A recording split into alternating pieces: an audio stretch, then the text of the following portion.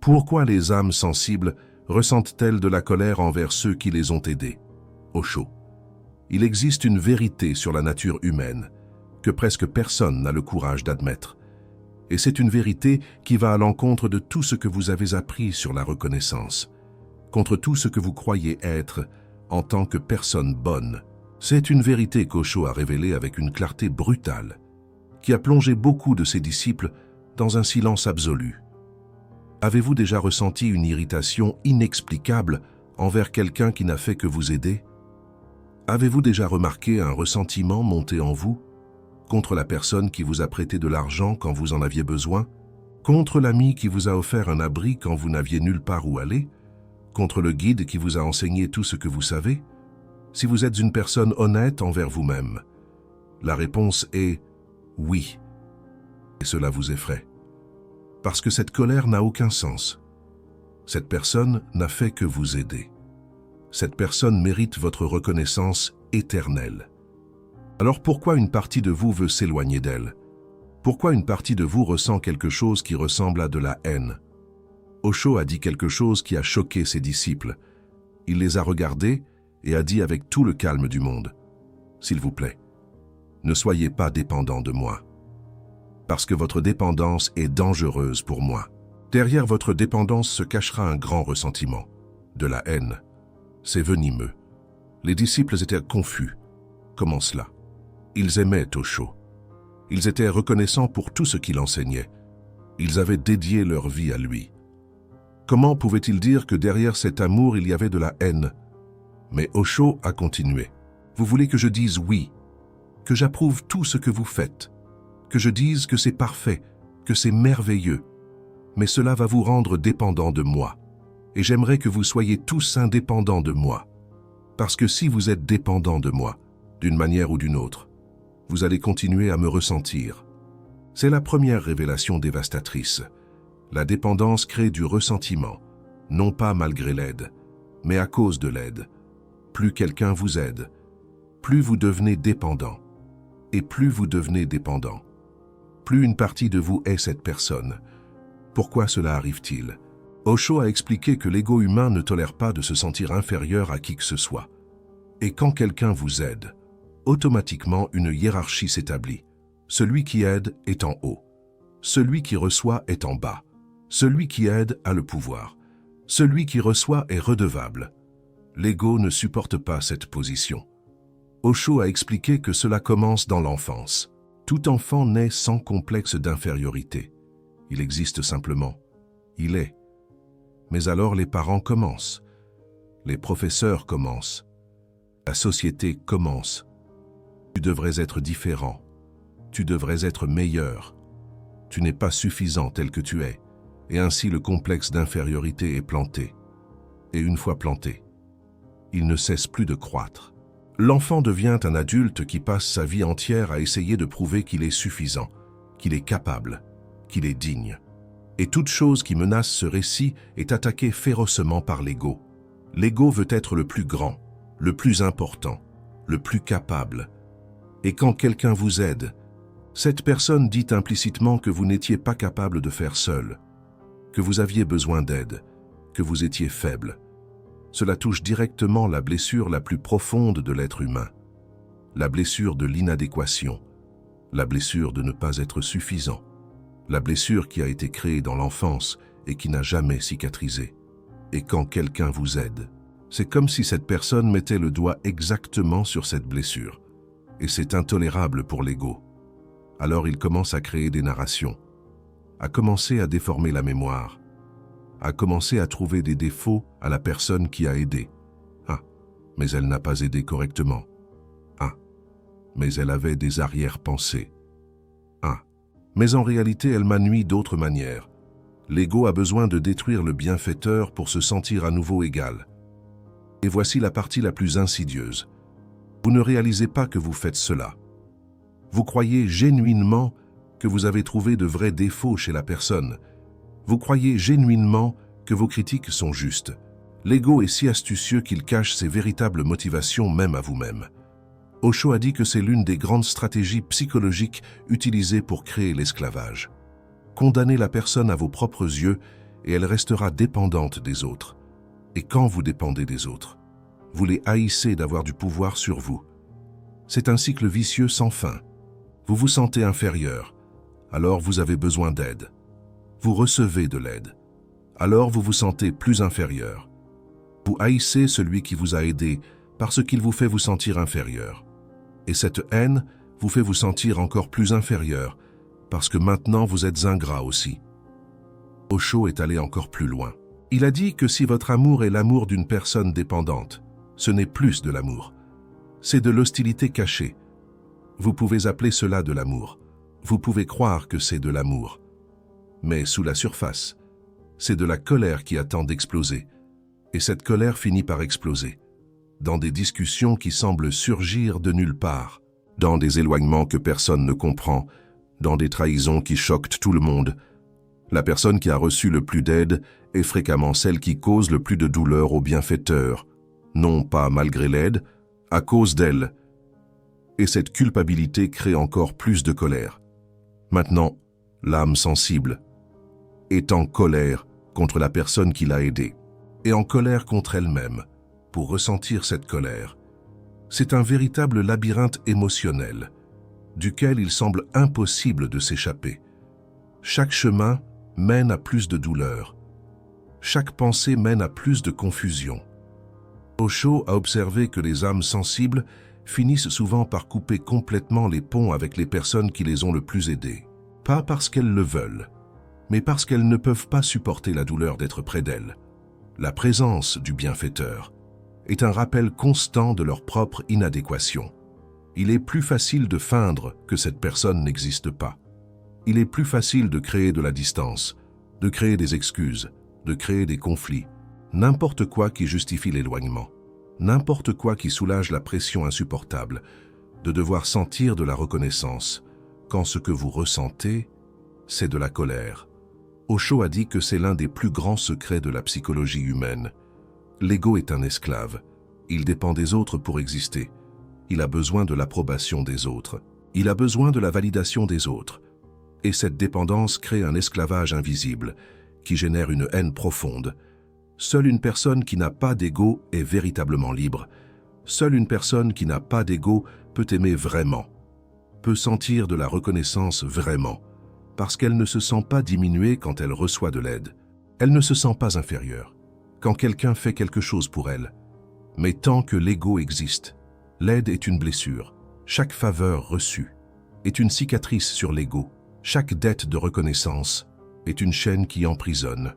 Chaque obligation de rendre l'appareil est un poids qui écrase. Et le pire, la personne qui aide n'a généralement aucune idée de ce qui se passe. Elle pense qu'elle fait le bien. Elle pense qu'elle est généreuse. Elle attend de la reconnaissance et de l'amour en retour. Et ce qu'elle reçoit finalement, c'est de la froideur et de l'éloignement et des critiques voilées. Et elle est confuse, blessée, sans comprendre ce qu'elle a fait de mal. Osho a raconté une histoire qui illustre cela parfaitement. Un homme riche a aidé un jeune homme pauvre pendant des années. Il a payé ses études, lui a donné un emploi, l'a présenté à des personnes importantes, a ouvert toutes les portes pour lui. Et quand le jeune homme est finalement devenu quelqu'un de bien, il a simplement disparu de la vie de l'homme riche. Il n'a plus jamais appelé, il n'est plus jamais venu. Et quand ils se rencontraient dans des événements mondains, le jeune homme semblait mal à l'aise, voulait partir vite, évitait le contact visuel. L'homme riche était dévasté. Qu'est-ce que j'ai fait de mal? Rien. Il n'a rien fait de mal. Il a fait trop. Aider trop. Créer une dette tellement grande que l'ego du jeune homme ne pouvait pas supporter. Et la seule façon de soulager cette dette était d'éliminer le créancier de sa vie. C'était de feindre qu'il n'existait pas. Osho a dit qu'il existe des personnes qui passent leur vie entière à fuir ceux qui les ont aidés. Ils changent de ville. Ils changent de pays. Ils coupent tous les liens et se disent que c'était pour d'autres raisons, que c'était à cause d'opportunités de travail, que c'était à cause de nouvelles expériences, que c'était à cause de n'importe quoi, sauf la vérité. La vérité, c'est qu'ils ne pouvaient plus regarder dans les yeux de celui qui les a sauvés. La vérité, c'est que chaque rencontre était une torture. Chaque conversation était un rappel. Chaque expression de reconnaissance était un mensonge qui brûlait de l'intérieur. Osho a également parlé de disciples qui l'ont quitté. Certains des disciples qui ont le plus reçu de lui, qui ont le plus appris de lui, qui ont le plus bénéficié de sa présence, ont été exactement ceux qui sont partis avec le plus de colère, qui ont répandu le plus de critiques, qui ont le plus essayé de détruire sa réputation. Pourquoi? Parce que la dette était trop grande. Et la seule façon de payer une dette impayable est de détruire le créancier. Si je prouve que vous n'étiez pas si bon que ça, ma dette diminue. Si je prouve que vous aviez des défauts, ma dépendance était justifiée. Si je prouve que vous vous êtes trompé sur certaines choses, alors je n'étais pas si inférieur que ça. C'est la logique tortueuse de l'ego blessé. Si je ne vois pas qui m'a aidé, je n'ai pas besoin de me sentir inférieur. C'est la logique de l'ego. Et c'est une logique perverse. Une logique qui transforme la bonté en poison, qui transforme l'aide en prison, qui transforme l'amour en haine. Alors, quelle est la solution? Osho a dit que la seule solution réelle est de transcender l'ego. Mais c'est un travail de toute une vie. Cela requiert une méditation profonde, requiert une connaissance de soi brutale, requiert une honnêteté absolue avec soi-même. En attendant, il existe quelques vérités qui peuvent t'aider. Premièrement, reconnaissez que c'est universel. Vous n'êtes pas une personne horrible pour ressentir du ressentiment envers celui qui vous a aidé. Vous êtes un être humain avec un ego. Et tout être humain avec un ego ressent cela dans une certaine mesure. Deuxièmement, n'essayez pas de forcer la reconnaissance. La reconnaissance forcée est fausse. C'est un masque sur le ressentiment. Et elle finit par tomber. Et quand elle tombe, le ressentiment explose avec une force encore plus grande. Troisièmement, permettez-vous de sentir le ressentiment, sans jugement. Osho a toujours dit que la conscience transforme. Quand vous observez un schéma émotionnel, sans essayer de le changer, il commence à perdre de la force. Quand vous admettez pour vous-même que vous ressentez de la colère envers quelqu'un qui vous a aidé, cette colère commence à se dissoudre. Quatrièmement, recherchez une indépendance véritable. Pas l'indépendance comme rébellion, pas l'indépendance comme éloignement, mais l'indépendance comme maturité, la capacité de recevoir de l'aide sans devenir l'esclave de celui qui aide, la capacité de ressentir de la reconnaissance sans se sentir diminué. C'est rare, c'est difficile, mais c'est possible. Cinquièmement, comprenez que les gens ne sont ni supérieurs, ni inférieurs. Osho propose une vision radicale. Il a dit que les gens ne devraient pas être vus comme égaux ou inégaux. Ils sont uniques, incomparables. Vous ne pouvez pas comparer une rose à un tournesol. Vous ne pouvez pas dire lequel est supérieur. Ils sont simplement différents. De même, les êtres humains sont uniques. Celui qui vous a aidé n'est pas supérieur à vous. Vous n'êtes pas inférieur à celui qui vous a aidé. Vous êtes juste deux êtres humains, à des moments différents du voyage. Aujourd'hui, quelqu'un vous aide. Demain, vous aidez quelqu'un. Et tout n'est qu'énergie qui coule, qui partage, qui bouge. Quand vous comprenez cela profondément, le ressentiment perd son sens. Il n'y a pas de dette, quand il n'y a pas de hiérarchie. Il n'y a pas d'infériorité, quand il n'y a pas de comparaison. Il n'y a pas d'humiliation, quand il n'y a pas de jugement. Osho a dit que la véritable reconnaissance n'existe que quand il n'y a pas d'ego. Quand vous n'avez pas d'ego, recevoir de l'aide est simplement un moment magnifique de connexion humaine. Il n'y a ni supérieur, ni inférieur.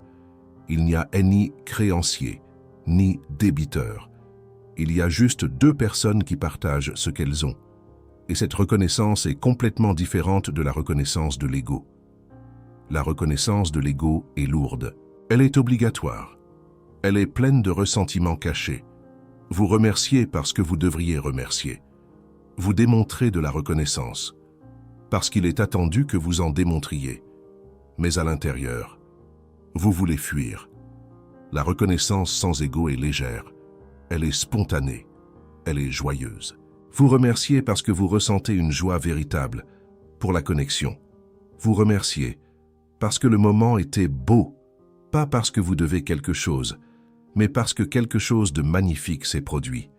Mais tant qu'il y aura un ego, l'aide sera toujours une arme à double tranchant, un couteau qui coupe celui qui aide et celui qui reçoit l'aide, un couteau qui crée des blessures invisibles, qui saignent pendant des années, un couteau qui transforme les meilleures intentions en résultats tragiques. C'est pourquoi Osho demandait à ses disciples d'être indépendants de lui, non pas parce qu'il ne voulait pas aider, mais parce qu'il savait que l'aide créait la dépendance, et la dépendance créait le ressentiment, et le ressentiment détruisait. Exactement ce que l'aide tentait de construire. La plus grande aide que vous puissiez apporter à quelqu'un est de l'aider à ne pas avoir besoin de vous. La plus grande aide que vous puissiez recevoir de quelqu'un est l'aide qui vous rend plus fort, plus capable, plus indépendant, et non pas plus dépendant. C'est la différence entre l'aide qui libère et l'aide qui emprisonne. L'aide qui libère est celle qui transfère le pouvoir, qui enseigne à pêcher, au lieu de donner le poisson, qui fortifie, au lieu de créer la dépendance. L'aide qui emprisonne est celle qui crée un besoin constant, qui maintient la personne faible, qui alimente l'ego de celui qui aide, au détriment de la dignité de celui qui reçoit. Et voici la partie la plus difficile à entendre. Souvent, celui qui aide a aussi un ego impliqué. Celui qui aide veut aussi se sentir supérieur. Celui qui aide veut aussi créer la dépendance. Parce que la dépendance des autres alimente l'ego de celui qui aide. Voyez comme je suis bon. Voyez comme je suis généreux. Voyez comme il a besoin de moi. C'est l'ego, déguisé en bonté. C'est du poison, déguisé en remède. Et cela emprisonne autant celui qui aide que celui qui reçoit. La véritable compassion n'a pas d'ego. La véritable compassion aide et disparaît, aide et oublie, aide, sans créer de dette, sans attendre de rétribution, sans se sentir supérieur. Osho a dit que seule une personne illuminée peut aider vraiment, parce que seule une personne illuminée n'a pas d'ego. Seule une personne illuminée peut donner sans créer de dette. Seule une personne illuminée peut aimer sans créer de dépendance pour tous les autres. Aider est un champ de mine, un champ où les meilleures intentions peuvent exploser en ressentiment, où la générosité peut se transformer en prison, où l'amour peut virer à la haine. C'est la nature humaine. C'est la tragédie de l'ego. C'est ce qu'Osho a tenté de nous montrer. Pas pour nous faire sentir coupables, mais pour nous rendre conscients. Parce que la conscience est le premier pas vers la transformation. Et la transformation est le seul chemin pour sortir de ce piège. Osho a dit quelque chose de profond sur la conscience. Il a dit que la même énergie qui devient colère peut devenir compassion. La même énergie qui devient ressentiment peut devenir reconnaissance. La même énergie qui devient haine peut devenir amour. L'énergie est neutre, c'est la conscience qui décide de la direction. Quand vous apportez de la conscience à votre ressentiment, quelque chose de magique se produit. Le ressentiment ne disparaît pas immédiatement, mais il commence à perdre de son pouvoir. Il commence à paraître moins solide, moins réel, moins justifié. Vous commencez à voir à travers lui. Vous commencez à voir que c'est seulement l'ego qui tente de se protéger. Et dans ce moment de clarté, un choix surgit. Vous pouvez continuer à alimenter le ressentiment ou vous pouvez lâcher prise, ne pas forcer la reconnaissance, ne pas feindre que le ressentiment n'existe pas, mais simplement lâcher prise, laisser aller, comme vous laissez aller une feuille qui est tombée dans votre main.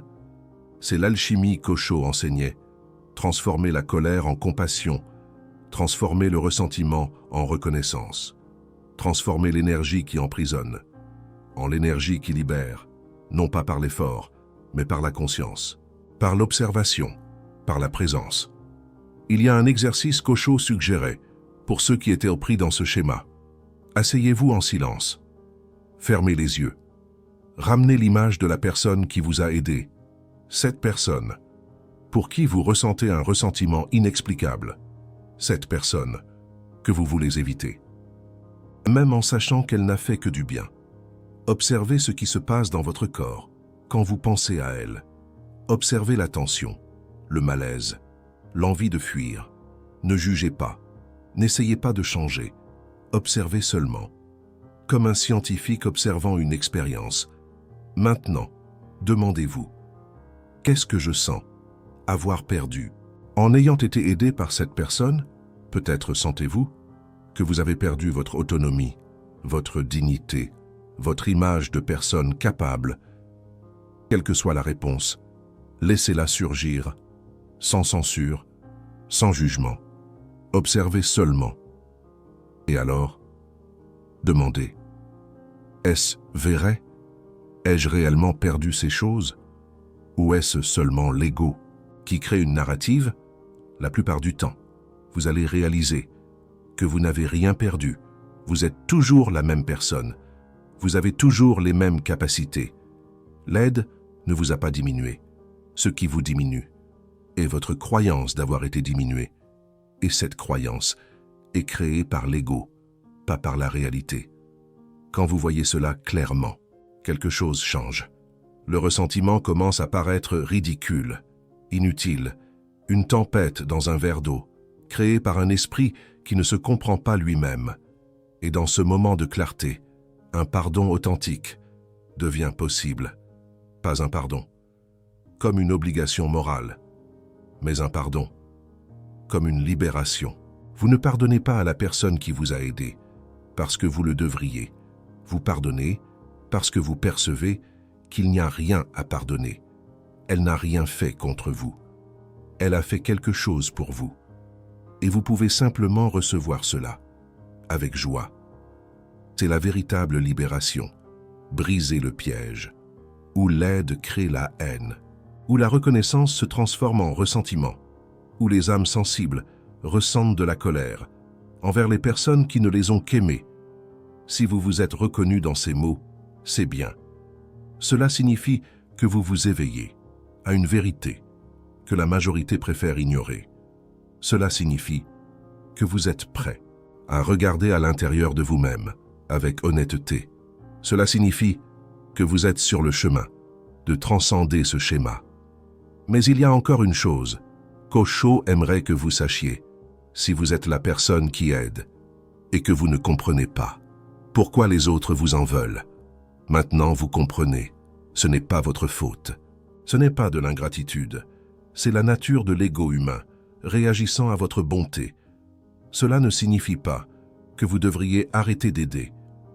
Mais cela signifie que vous pouvez aider avec plus de sagesse. Vous pouvez aider de façon qui ne crée pas la dépendance, mais vous pouvez aider. Et ensuite, donner de l'espace. Vous pouvez aider sans attendre de rétribution. Vous pouvez aider en comprenant que le ressentiment peut venir et que cela n'est pas à propos de vous. C'est une libération pour celui qui aide aussi. Vous n'avez plus besoin de vous sentir blessé. Quand la reconnaissance ne vient pas, vous n'avez plus besoin de vous demander ce que vous avez fait de mal. Vous comprenez le mécanisme, vous voyez le piège, et vous pouvez continuer à aider sans vous attacher au résultat. Osho a dit que c'est la véritable générosité. Donner sans compter, donner sans attendre, donner comme l'arbre donne des fleurs, donner comme le soleil donne la lumière, sans demander qui mérite, sans attendre de remerciements. Simplement, donner, parce que donner est votre nature. Et si quelqu'un vous en veut, pour avoir aidé, vous pouvez sourire, avec compassion. Vous savez ce qui se passe au fond de cette personne. Vous savez que ce n'est pas personnel. Vous savez que c'est l'ego qui lutte pour sa survie, et vous pouvez continuer à aimer cette personne, même lorsqu'elle est incapable de vous rendre cet amour. C'est ça, la maturité spirituelle. Comprendre que l'amour n'est pas toujours réciproque, que la bonté n'est pas toujours reconnue, que l'aide n'engendre pas toujours la reconnaissance, et continuer à aimer, à être bon, à aider, malgré tout. Parce que c'est votre chemin, c'est votre nature. Et vous ne changerez pas votre nature à cause des limitations des autres, et c'est le seul chemin qui compte. Le chemin de la conscience, le chemin de l'honnêteté, le chemin qui, éventuellement, mène au-delà de l'ego, au-delà du ressentiment, au-delà de cette guerre invisible qui se déroule à l'intérieur de chaque être humain. Une dernière réflexion, avant de terminer. Osho parlait d'un maître soufi, appelé Junaid. Quelqu'un a demandé à Junaid pourquoi il était toujours si reconnaissant, même lorsque de mauvaises choses arrivaient, même lorsque les gens le traitaient de mal, même lorsque la vie semblait injuste. Junaid a répondu quelque chose de profond. Ma confiance en l'existence est inconditionnelle. Ce n'est pas que je suis reconnaissant, parce que l'existence me donne ceci ou cela. Je suis, c'est suffisant. L'existence m'accepte, c'est suffisant. Vous voyez la différence? La reconnaissance de Junaid ne dépend pas de ce qu'il reçoit, ne dépend pas de qui l'aide, ne dépend pas de circonstances favorables. Sa reconnaissance est existentielle. Elle est due au simple fait d'exister, d'être vivant, de faire partie de cette danse cosmique. Quand vous atteignez ce type de reconnaissance, le ressentiment n'a pas de place, parce que vous ne comptez plus, vous ne mesurez plus, vous ne pesez plus. Qui vous a donné quoi et combien vous devez? Vous existez simplement, dans un état de gratitude, non pas pour quelque chose de spécifique, mais pour tout, pour le tout, pour la vie elle-même. C'est cette reconnaissance qu'Osho nous invite à découvrir. La reconnaissance qui ne crée pas de dette. La reconnaissance qui ne crée pas d'infériorité. La reconnaissance qui célèbre simplement l'existence. La reconnaissance qui transforme chaque rencontre en une danse, chaque aide en une célébration, chaque connexion en un miracle. Osho a illuminé cette obscurité avec ces mots.